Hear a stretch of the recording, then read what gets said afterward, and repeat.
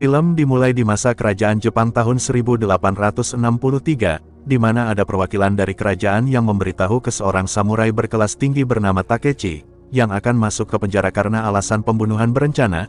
Ini membuat musuh dari Takechi menjadi senang, karena bawahan Takechi lah yang mengungkapkan kalau tugas pembunuhannya adalah suruhan dari Takechi. Ini dikarenakan 1 tahun yang lalu dia sama teman-temannya suka dibully sama para samurai berkelas tinggi lainnya yang kerap diperlakukan seperti binatang.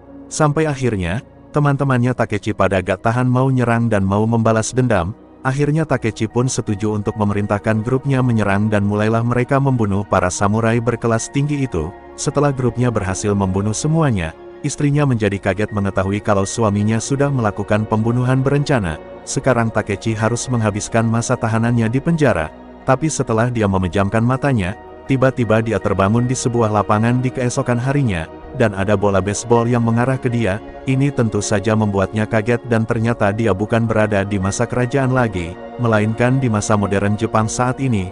Alhasil dia dianggap aneh sama orang-orang, karena dia memakai kostum samurai dan menjadi kaget lagi ketika diklakson sama bis. Di sebuah lapangan dengan banyak orang yang melakukan dansa, ada cewek panitia bernama Sachiko lagi ditemani sama cowoknya bernama Tora untuk melakukan aktivitasnya. Tora sangat bangga sama motor miliknya, tapi ketika Takechi muncul secara tiba-tiba Tora pun menjadi kaget dan motornya pun jatuh. Dengan logat yang masih sama dari masa kerajaan, Takechi bertanya kepada mereka berdua, di mana dia sekarang? Tapi Tora menjadi kesal duluan, karena spion motornya menjadi copot, sekaligus meledek Takechi yang memakai kostum samurai. Ini membuat Takechi menjadi kesal dan dia pun pergi. Dia kemudian masuk ke sebuah supermarket, di mana dia merasa kalau tempat itu dingin, dan mau mengambil sebuah apel untuk dimakan. Ini membuat seorang staf menjadi kaget dan memanggil manajernya. Lalu Takechi bernegosiasi agar apelnya menjadi miliknya dan berjanji akan membayarnya nanti. Si manajer pun setuju-setuju aja dan setelah Takechi pergi, dia mengaku terpukau sama perilaku khas zaman kerajaannya. Ketika lagi asyik makan, datang seorang polisi yang mau membawanya ke kantor polisi, karena mendengar Takechi udah mencuri sebuah apel, tapi Takechi menolak itu, dan si polisi pun dijungkir balikin namun gak lama setelah itu datang lebih banyak polisi yang mengejarnya. Takechi pun kabur ke arah kerumunan orang-orang yang sedang dansa, yang diketahui sama Sachiko yang ada di sana. Nah jadi dia pun merekamnya karena seneng sama dia. Setelah berhasil kabur dari para polisi, Takechi menjadi lemas dan tergeletak di depan rumah orang yang kemudian diketahui sama pemilik rumah itu ketika keluar. Beberapa waktu kemudian, Takechi terbangun di dalam rumah orang itu, dan datanglah Saiki ke dalam ruangannya. Kakek Saiki adalah seorang mantan bos perusahaan yang dikenal sama banyak orang di sekitarnya, tapi sekarang dia udah pensiunan, mendirikan sekolah privat untuk anak-anak SD. Dia bertanya tentang asalnya Takechi, yang susah dijawab sama dia. Karena merasa bingung, Saiki beralasan menanyakan ini karena ada polisi yang mencarinya. Tapi karena melihat kondisi Takechi yang kelihatan gak baik-baik aja, dia memutuskan untuk berbohong kepada polisi. Dengan gaya yang sopan ala kerajaan, Takechi memperkenalkan dirinya dan memberitahu kalau dia adalah samurai untuk keluarga kerajaan bernama Yamauchi Tosanogami, yang membuat kakek Saiki menjadi kaget. Setelah mencukur jenggotnya biar kelihatan rapi, Takechi tampaknya menolak untuk memakai baju modern dan memilih untuk tetap memakai pakaian tradisional. Dalam pertemuan berikutnya dengan Saiki, Takechi mengaku kalau dia dipenjara sama keluarga kerajaannya, tapi entah bagaimana dia bisa keluar dan sampai di masa modern ini. Karena itu, Saiki menunjukkan kertas petunjuk era-era Jepang dan memberitahu ke Takechi kalau dia udah berada di era yang berbeda, alias dia udah time travel ke 150 tahun ke depan. Walaupun merasa bingung, Takechi menjalani hari-harinya dengan senang hati. Dan masih penasaran bagaimana situasi dan kondisi di era sekarang ini, suatu hari dia bertemu sama Tora yang ternyata cucu dari Saiki, yang bilang kalau dia kesal melihat Takechi yang berada di rumahnya. Kekesalannya kemudian dia ceritakan ke ceweknya, yang dibalas sama dia kalau Takechi kelihatan orang baik-baik aja, tapi Tora menganggapnya kalau Takechi kayak orang gila. Dengan logat masa kerajaan yang dia ucapkan itu, bahkan dia ada di pelajaran sejarah kelas mereka. Selain itu, Sachiko menjadi ketawa kalau rekaman video Takechi-nya yang kabur dari polisi menjadi viral di Instagram, yang ditanggapi Tora kalau dia cuma lagi cosplay aja. Sementara itu, Takechi sama Saiki pergi ke supermarket yang kemarin untuk membayar apel yang pernah diambil, dan setelah membayarnya, mereka berdua makan-makan mantap di sebuah restoran. Di sana Saiki bertanya ke Takechi, apa rencana selanjutnya yang akan dilakukan? Takechi menjawab, kalau dia mau coba balik ke masanya, yang dibalas Saiki kalau dia bisa tinggal sementara di rumahnya sampai dia menemukan cara untuk melakukannya. Takechi pun menjadi gak enak karena Saiki udah baik sama dia selama ini, oleh karena itu, Saiki memintanya untuk melakukan sesuatu selama dia tinggal bersamanya, yaitu menjadi guru di sekolah privatnya untuk anak-anak SD. Bersiaplah si guru Takechi dengan gaya rambut jadul mantapnya, dan ketika dia masuk ke kelas para murid menjadi kaget kalau guru mereka adalah seorang samurai. Seorang siswa bertanya kemana pedangnya, Takechi menjawab kalau pedangnya disita sama kerajaannya. Sebelum dia memulai kelasnya, ada satu pesan yang dia sampaikan kepada muridnya dengan menghancurkan satu panah.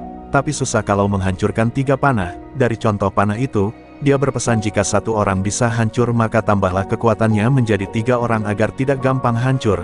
Para murid kemudian memperlihatkan smartphone ke Takechi, dan dia pun menjadi terkagum menggunakannya, bahkan diajarkan main game. Dari hari itu dan seterusnya, Takechi dan para murid pun bersenang-senang, sekaligus mengasih lihat sesuatu yang baru diketahui Takechi. Suatu hari, ada seorang pria yang mendengarkan orang-orang yang membicarakan tentang Takechi yang viral di Instagram, jadi karena penasaran, dia mau melihat videonya dan menjadi senang mengetahuinya.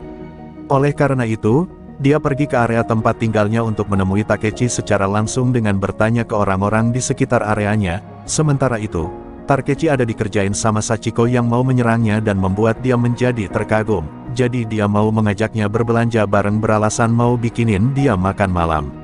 Setelah berbelanja dan pulang, Sachiko menjadi terkagum lagi ketika ada mobil Nissan GT-R yang mantap itu di depan rumah mereka, tapi tidak untuk Takechi, yang menjadi curiga kalau ada orang asing yang masuk ke dalam rumah. Oleh karena itu, dia mengambil sebuah sikat lantai. Setelah bertemu sama orang asing itu, watak masa kerajaannya menjadi kumat.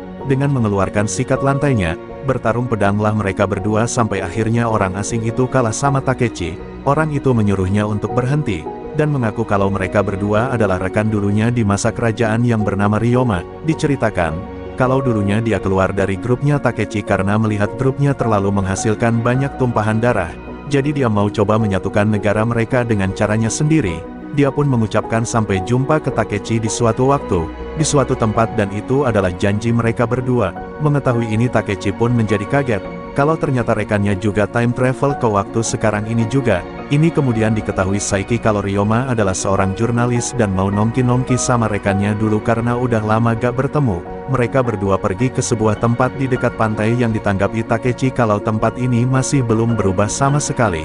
Lalu mereka berdua pergi ke sebuah patung yang di sana ternyata ada patung Ryoma untuk mengenang jasa pahlawannya. Ini membuatnya menjadi malu. Tapi dia bilang kalau ada juga patung Takechi di sebuah bukit yang pernah dia lihat. Dia lalu bilang kalau mereka berdua udah dianggap pahlawan setelah 150 tahun dari masa kerajaan. Ryoma mengetahui itu setelah 6 tahun berada di era sekarang ini. Ini membuat Takechi menjadi kaget dan bertanya, kenapa mesti tinggal selama itu? Ryoma menjawab kalau dia mau kembali juga sama seperti Takechi.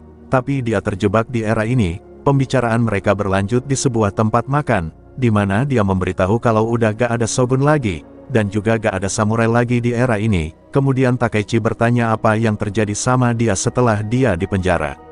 Ryoma mengaku tahu, yaitu dia memutuskan untuk melakukan harakiri setelah itu, alias bundir, untuk menebus kesalahannya ini dikarenakan dia dituduh udah mencemarkan nama baik tuanya. Jadi dia putuskan untuk menusuk perutnya sendiri. Merasa gak percaya, Ryoma mau mengajaknya ke sebuah monumen yang berada di luar dan memang beneran ada monumennya dengan tertulis kalau Takechi meninggal di sini dengan terhormat.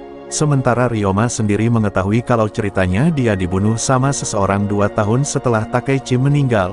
Ini membuat Takechi bertanya, apakah ada penjajahan dari negara lain, dan bagaimana masa depan kerajaan mereka karena dia merasa cemas kalau para orang asing akan menjajah Jepang. Dengan santai Ryoma menyuruhnya untuk melihat ke sekitar, di mana orang-orang di era sekarang udah pada hidup dengan damai. Tiba-tiba Takechi mau muntah karena banyak minum-minum tadi di tempat makan. Jadi Ryoma ngasih air minum di sebuah bangku. Takechi lalu bertanya, bagaimana cerita tentang istrinya? Ryoma pernah mendengar kalau istrinya memutuskan untuk terus hidup menjanda setelah Takechi meninggal, dan istrinya meninggal karena tua di umur 87. Ini membuat Takechi menjadi tenang, tapi ketenangannya menjadi terganggu ketika melihat Tora dibully sama kakak kelasnya yang preman dengan baju merah. Mereka mengira kalau Tora udah bersembunyi dari mereka selama ini. Yang dibalas Tora kalau dia lagi sakit. Tapi para kakak tentu aja gak percaya sama dia, mereka mau agar Tora membeli tiket untuk sebuah pesta yang mereka selenggarakan, karena mereka tahu, kalau Tora berasal dari keluarga yang kaya. Ketika dia menjawab kalau dia gak ada duit, para kakak pun mulai membulinya, menyuruhnya untuk mencuri duitnya dari kakeknya. Gak lama setelah itu, datang Takechi ke dalam tempat mereka, yang menyuruh mereka untuk menghentikan tindakan mereka. Ini tentu saja ditolak sama mereka karena mereka maunya bersenang-senang sepanjang hari. Mengetahui kalau akan ribut, Takechi pun menghitung jumlah mereka yang berjumlah 15, yang dianggap para preman kalau dia ketakutan, tapi Takechi malah menganggap santai kalau mereka berjumlah 15, dan dimulailah ributnya. Takechi dengan para preman, dengan gaya samurainya Takechi melawan mereka. Ada juga preman cewek dari kelompok itu, namun Takechi dengan mudah mengalahkannya, dan para preman pun kabur. Setelah puas bertemu rekannya, Ryoma memutuskan untuk kembali lagi ke ibu kota Tokyo beralasan ada pekerjaan yang menunggunya.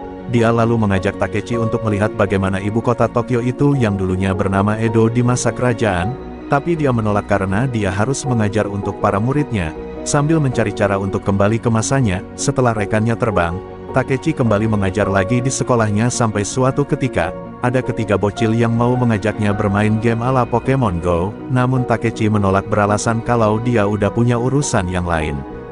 Meskipun begitu, para bocil tetap akan pergi untuk bermain.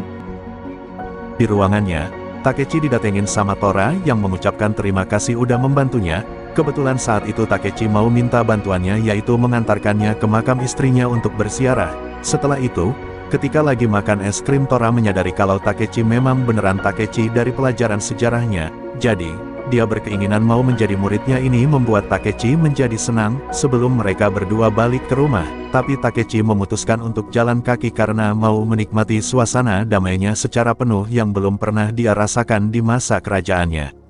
Setibanya di rumah, terjadi masalah yang tak diinginkan di sekolahnya Takechi, yaitu ketiga bocil yang main ala Pokemon Go itu dikabarkan menghilang. Setelah mengetahui kalau HP mereka gak berfungsi, datang polisi lainnya yang mau mencari Takechi karena ada membuat masalah dengan para preman. Dari laporan orang tua mereka, kebetulan pihak sekolahnya Saiki juga lagi mengalami masalah, jadi dia meminta waktu ke si polisi untuk tangani masalah para bocil dulu. Karena ini, Tora pun samperin Takechi yang lagi dalam perjalanan pulang dan memberitahu masalahnya. Ketika ditanya apakah mengetahui sesuatu tentang para bocil, Takechi menjadi teringat sama ajakan para bocil untuk bermain game ala Pokemon Go di perbukitan. Jadi, mereka berdua pun pergi ke sana. Sementara itu, ketiga bocil yang menjadi tersesat karena HP mereka udah mati. Salah satu bocil menjadi teringat sama sebuah pesan dari guru mereka tentang tiga panah yang susah untuk dihancurkan. Jadi, dia memotivasi teman-temannya untuk mencari jalan keluar bersama-sama.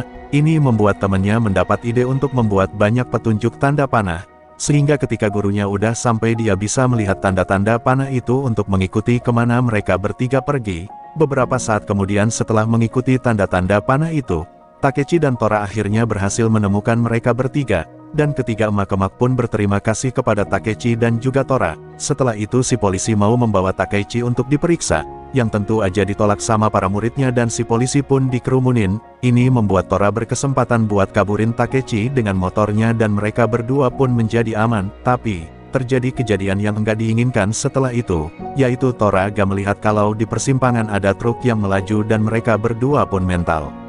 Tora mengalami luka-luka akibat kejadian itu, sementara untuk Takechi dia ternyata udah menghilang entah kemana. Beberapa waktu kemudian setelah Tora keluar dari rumah sakit, ceweknya memberikan HP baru untuk dia karena rusak akibat kecelakaan kemarin, sehingga Tora bisa melihat foto kenangannya bersama gurunya. Sambil berpegang tangan mereka berdua mengenang kembali waktu bersama mereka dengan Takechi dengan melihat patungnya yang didirikan. Suatu hari Saiki ada ditelepon dari temannya dari sebuah bank untuk datang ke banknya, karena ada sesuatu yang ingin si bapak bank bilang. Kalau ada amplop yang tersimpan sangat lama di brankasnya, yang udah dijaga dari orang-orang dari banknya sejak dulu. Dia bilang kalau amplopnya ada tertulis untuk membukanya di waktu sekarang ini setelah 150 tahun dari era kerajaannya Takechi. Jadi, dia udah membukanya dan menjadi kaget dengan isinya yang ada nama Saiki di pesannya. Saiki pun memeriksanya dan ternyata beneran dari Takechi. Amplop itu berisi gambar Takechi bersama dengan para murid, Saiki, dan Tora di sekolah. Tertulis di gambar itu kalau Tora adalah murid terakhirnya yang membuat dia jadi nangis. Ini menandakan kalau Takechi udah time travel lagi kembali ke masanya setelah mengalami kecelakaan, dan mengubah cerita masa lalu untuk masa sekarang ini. Oke, sekarang di masanya dia memutuskan melakukan harakiri untuk menebus kesalahannya, tapi sebelum itu, dia menyuruh bawahannya untuk mengirimkan sebuah surat untuk istrinya dan juga sebuah surat untuk Saiki yang akan dia buka 150 tahun nanti.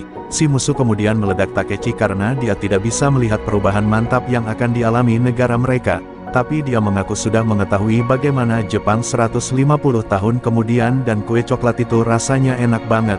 Bahkan dia udah mempunyai murid-murid yang membuat si musuh menjadi bingung. Film diakhiri dengan Takechi yang memulai ritual harakirinya dan dia pun melakukannya dengan senang hati tanpa menyesalinya. Dan film pun tamat. Jangan lupa subscribe channel Suara Manda ini, agar saya semangat membuat video lainnya.